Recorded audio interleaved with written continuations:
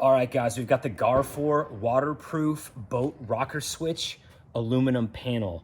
This is great for a boat or a car or like a RV or something like that. You just have the cables on the back. Those just need to be plugged in. And then you've got this nice panel here that gives you 4 different switches to power on or off. You also have a cigarette adapter right there.